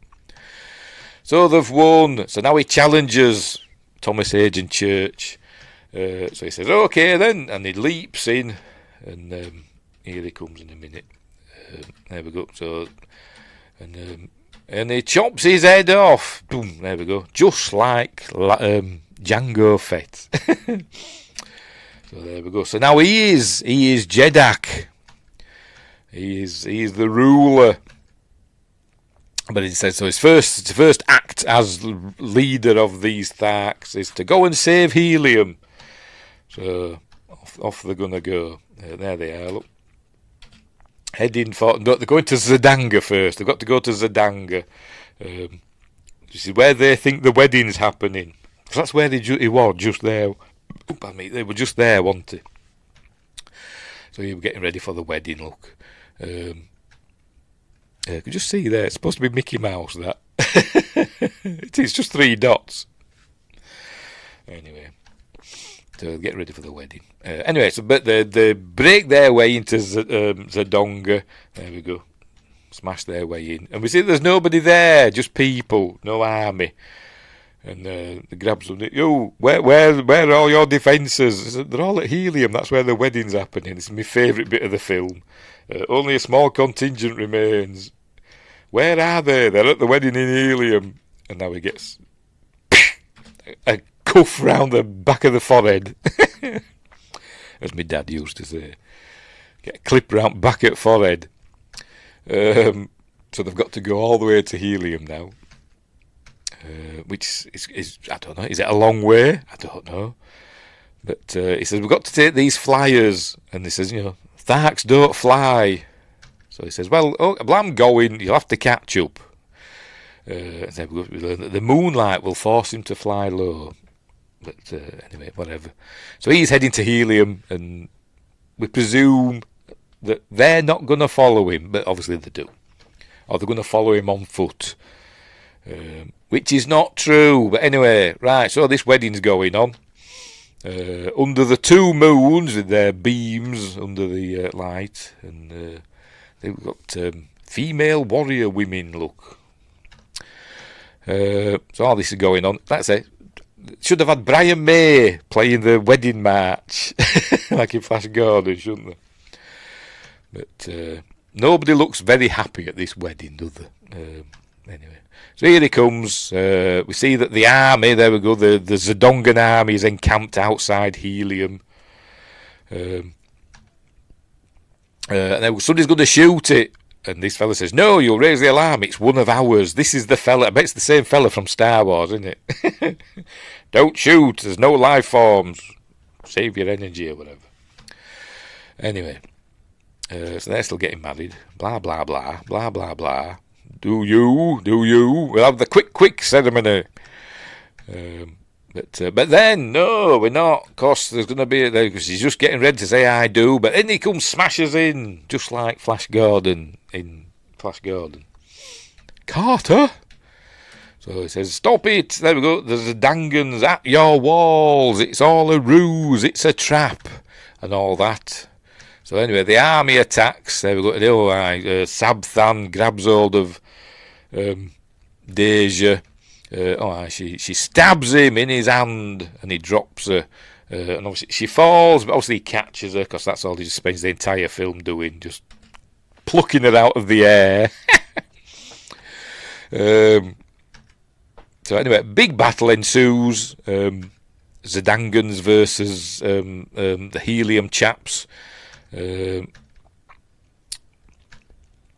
There we go. But then here we go. And then there we go. Look behind them. Look, the Tharks arrive in the other flyers. The Zedangan flyers.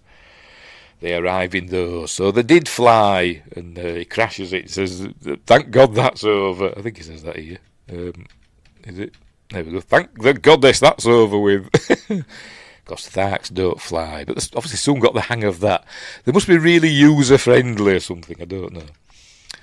So there we go. So there we go. The helium says, "By Issus, they fight with us." Thankfully, I said all the Zedangans are in red and all the helium are in blue. So I hope the Tharks aren't colourblind. They mustn't be. So anyway, there we go. So fighting's going on. Now we're going to get lots of confusion because Mark Strong's in there making himself look like other people. They're saluting. They've learned that from John Carter. Virginia saluting. But Mark Strong's going to be in here now, causing his trouble, looking like other people. Yes, he got his arm chopped off, did Sabthan, and he says, "Tell me something of the..." I can't remember what he asks him. What does he say? Tell me everything you know about the Thirds. Spare my life and I'll tell you. But then suddenly he gets got by, there we go, by some 3D printing stuff. The stuff that you put into a 3D printer. It looks like he's got that all over him, doesn't it? And it kills him, crushes his head, and then John Carter gets some on him as well. And it's over his head, and no. Look, and this is the end of Sabthan. Crushes his head. And John Carter's the same's going to happen to him. But luckily, and we see it's Mark Strong disguised as a Thark. There we go. And somebody's going to stop him in a minute. I can't remember who. He gets shot, I think. Gets stabbed. Who is it? Who saved him? I can't remember. I've only just bloody watched it. Oh, it's Deja, of course. She stops him.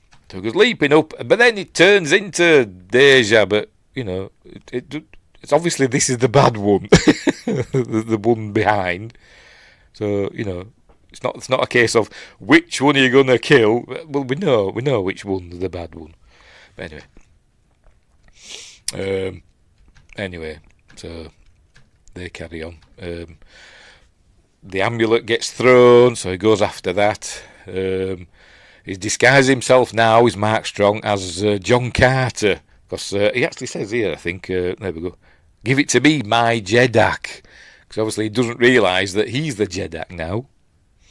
But he's going to give him it, look. But then the real John Carter arrives, and there we go. Hang on, where are we? There we go. The real John Carter arrives, and he disappears, does Mark Strong. Just as he's about to chop his head off, we think, oh no, the real John Carter's going to get his head chopped off, but he's fine. Anyway, right, so the battle's pretty much over now. They're just mopping up. The Zedongans seem to be surrendering because Sabthan's dead. So Helium has the day. Anyway, so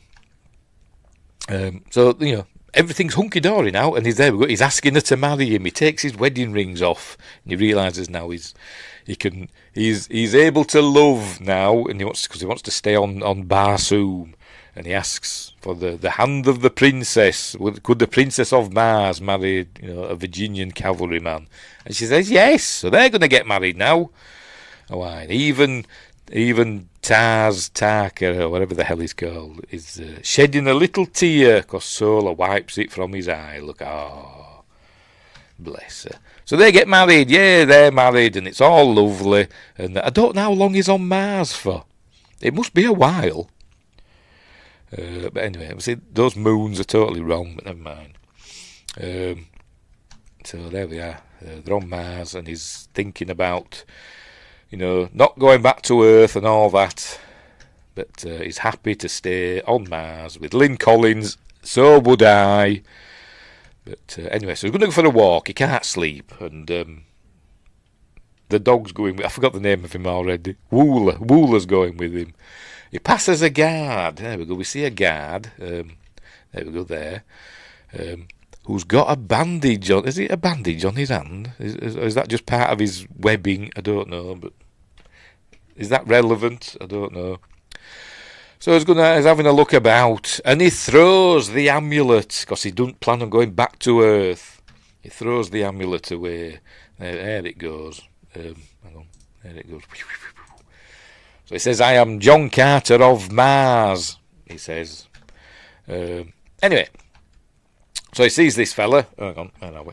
The guard says, the honour, deepest gratitude for saving helium. But then, there we go, you see, it's Mark Strong. And he grabs hold of him and says, there we go, the words quickly, "Ok ohem octai weiss jasum," and he sends him back to Earth. There we go, and he wakes up in the cave. I don't know how long he's been there, but he's all crusty and creaky. And we look over and see there's the skeleton of Bryan Cranston. Hang on, does it show it over there? Where is it? There we go. So he's turned into a skeleton, so don't know how long he's been there. Mark Strong sounds like what a pack-led would say. Yes, he would say that one. I'm going to have to go to the loo. Just bear with me. Look at Bryan Cranston's skeleton for a minute. I'll be back in 1 minute.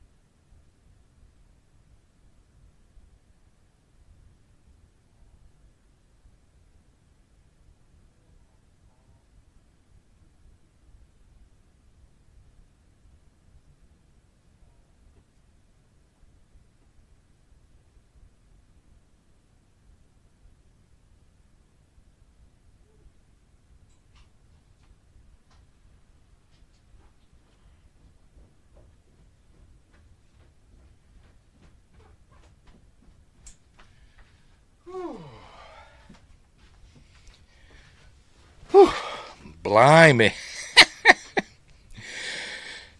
I'm back. You'll know when you get to my age.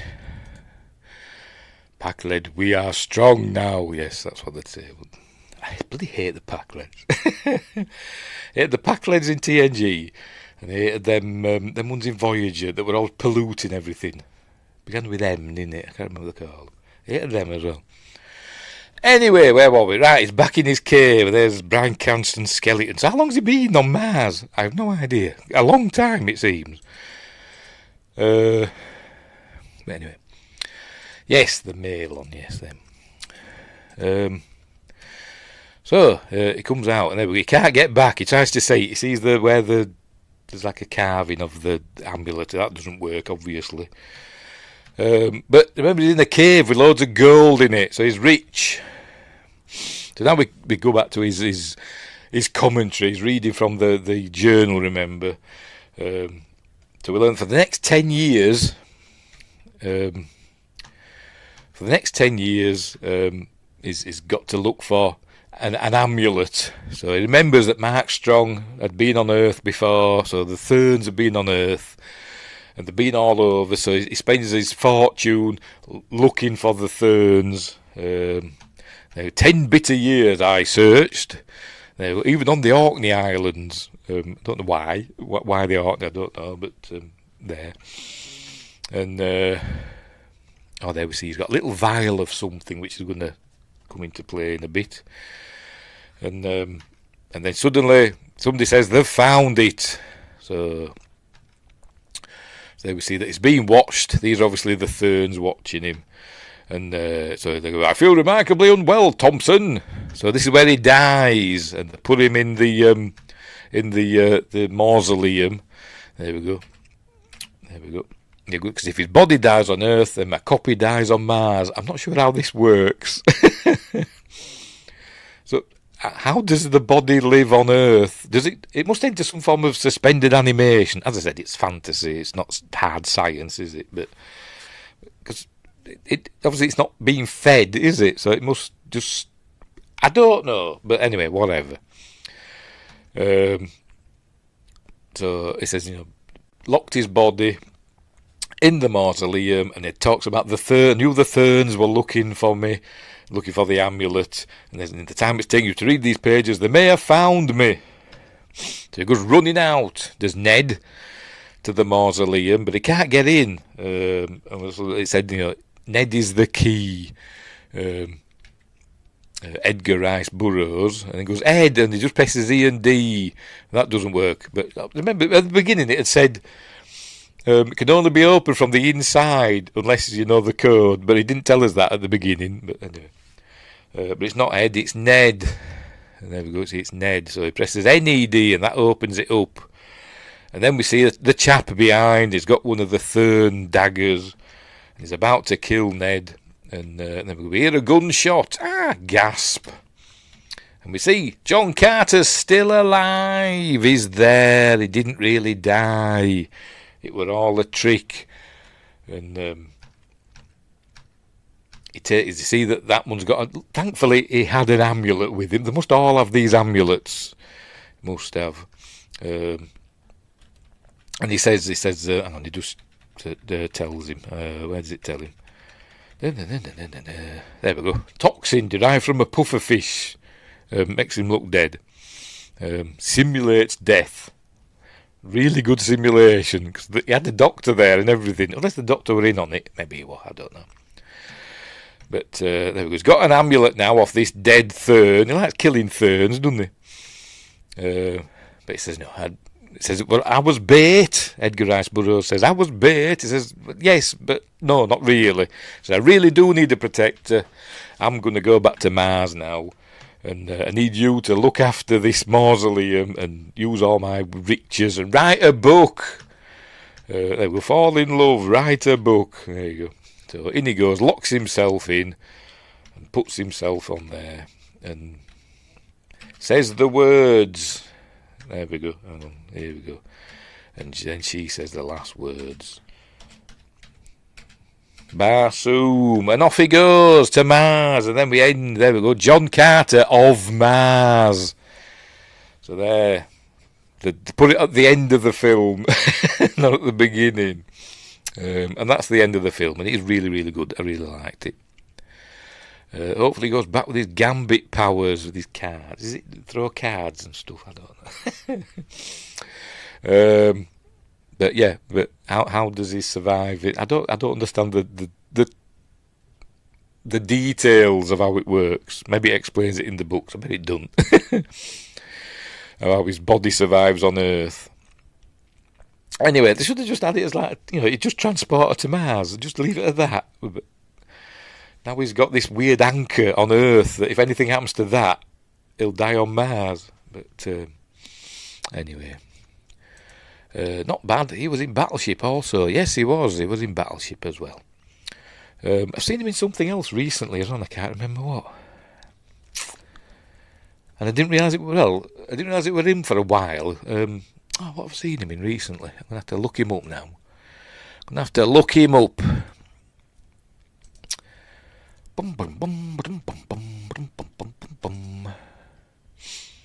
What have I seen him in? Oh, excuse me. Maybe it was a TV thing. Maybe. I don't know. There's nothing there. I'm sure I'm thinking of somebody else. I might be thinking of somebody else then. It was in Terminalist, Dark Wolf, but I haven't watched that yet. Right, hang on. Let's look on IMDb. Anyway, so it was 10 years. Took him 10 years to find the amulet, didn't it, on Earth? But remember, Mars is further away from the sun. So that's only 5 Martian years. Still the same length of time, but just Mars hasn't done as many orbits, has it? Right, Terminalist Dark Wolf. Oh, it was it first term. Oh, that might be that one I'm thinking. It was it first series of Terminal List. That might be what I'm thinking of. That might be what I'm thinking of. I thought I'd seen him in something more recently than 2022, though. Dunno. Anyway, I wasn't thinking of somebody else. I could be. Wingray says his power is to charge anything he touches with kinetic energy that explodes, but he chooses cards to be cool. Oh, Gambit, right? Fair enough. It's not Taylor Kitch anymore, though, is it? Is Gambit? It's that other fella. He's in the military show. Yes, we're in. That's a Terminal List, wasn't it? It's good, yeah. Anyway, so there we go. That's the end of John Carter of Mars. A really good film. I really like it. A good old-fashioned adventure in it, and that's a reminiscent of Flash Gordon, which obviously came out in 1912, and other books came later. But obviously inspired lots of other stuff. Flash Gordon, Buck Rogers, Superman. That's a load of superhero stuff. Some people have said this is the first superhero story. I suppose you could say that. Said George Lucas probably took stuff out of this. Frank Herbert's Dune. All the stuff that came after. But anyway.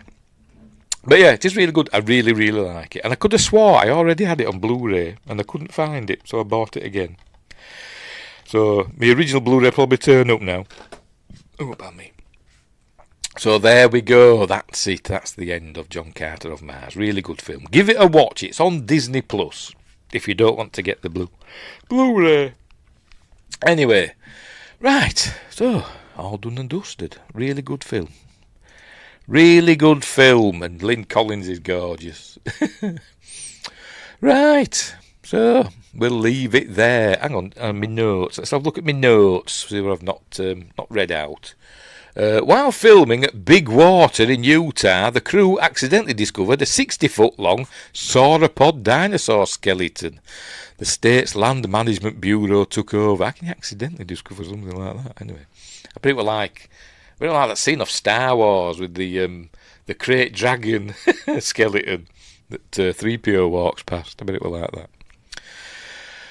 For each of the super jumps that Taylor Kitch performed, he was attached to a harness that allowed him to free fall at a speed of 80 miles per hour.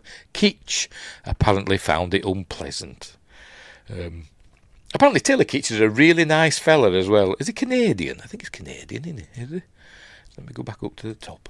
Yes, he's Canadian. So that explains why he's really nice. Because all Canadians are nice. I said that. Originally published in 1912 as Under the Moons of Mars by Norman Bean. Because Edgar Rice Burroughs didn't think that, he'd be anybody. He didn't want his real name associated with this pulpy stuff he were writing. And it ended up being the stuff he was most famous for, didn't it? This and Tarzan. Did he write Land That Time Forgot? Was that another one of his? So let me check. I think it was, wasn't it? Edgar Rice Burroughs. Where are you? Right.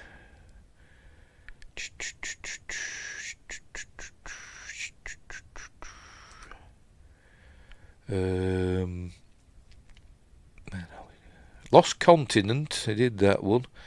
Oh, Pellucida. Oh, that's at the Earth's core, isn't it? So there's that one, isn't there? That's a cool film, at the Earth's core. I thought he did Land That Time Forgot. Oh, I did, yes, The Land That Time Forgot. Yes, he did that as well. Yeah, loads of stuff. What were I saying? What we're doing now? Oh my, we're going through me me notes. Wingray says that's the same with Stan Lee. He didn't use his real name because he thought he would write really great famous novels, but nope, just comics forever and always. What we're doing? Where were we? The film probably holds the record for the longest time in development. Hell, 79 years. Well, not really this film. But anyway. Pre-production first started. I mean, it's not this film, is it? I mean, it's not, it took this long for a film to come out. It didn't actually. 2009, the Asylum version came out. But anyway, pre-production first started in 1931 when Robert Clampett, director of Looney Tunes, approached author Edgar Rice Burroughs to make an animated feature out of the first book in the series, A Princess of Mars. Had plans gone through, not John Carter, A Princess of Mars would have become America's first animated feature, beating Walt Disney's Snow White and the Seven Dwarfs. It finally left development hell in January 2010 when filming officially started in London. Yeah, but it's not the same film, is it? But anyway. Financially, the film was considered one of the largest box office losses in Disney history. Yes, we mentioned that. It was like $200 million made a loss, didn't it, altogether?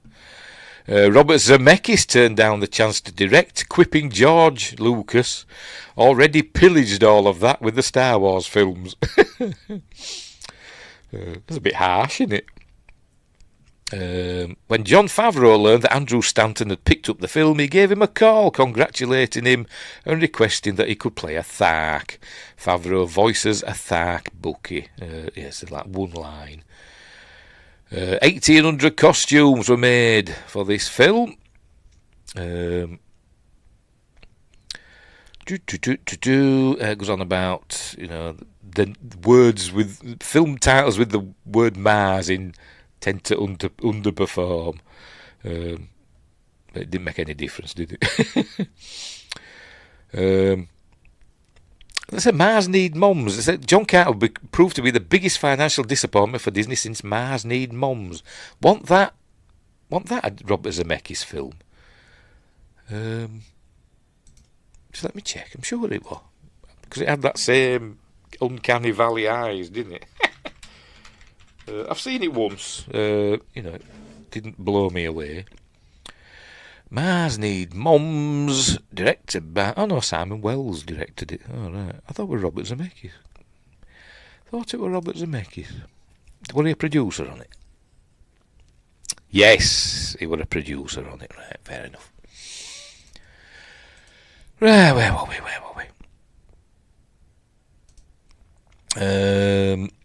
In the make-believe Martian... Oh, I said that about Phobos and Deimos being Thuria and Cluros. Ray Harryhausen was planning a stop-motion adaptation in the 1950s, but obviously that never happened. Yeah, that's it. Right, fair enough. Right. Sorted. Justin's ready for off. Okay, everyone, have a good week. He's had enough, he's going. That would have been cool. A Ray Harryhausen version, I presume you mean. Yes, that would have been cool. I can just picture a stop-motion Thark. It would have been really, really good. Justin's a 99-cent super sticker. Thank you very much, Justin. With a winking smiley face. So thank you very much, Justin. He hasn't buggered off. Right, but I'm going to bugger off now. We'll leave it there. We will leave it there. What's coming up next? Right, on Wednesday, what should have been last week, we're watching, for Watch Party Wednesday, we're watching, I've forgotten, what is it? Dreamscape. We're watching Dreamscape, starring Dennis Quaid. And then on Friday, we're doing Take Two, Devil. So that's for Friday Night Appointment with Fear, Devil, the M. Night Shyamalan produced film that's supposed to launch the Night Chronicles. It's supposed to be a series of films produced by M. Night Shyamalan, written and produced by M. Night Shyamalan. But this didn't do well enough. So we never got the Night Chronicles. Apart from that one. And Beardy Brits is here saying, hello, Steve. Hello, Beardy Brits. I've done now. You're late. I'm going now. We're all done and dusted. Speaking of dusted, I just washed my cap and it's all covered in dust again. Anyway, never mind. Right, so we'll leave it there. So thanks, Windgrace and Justin and Beardy Brits.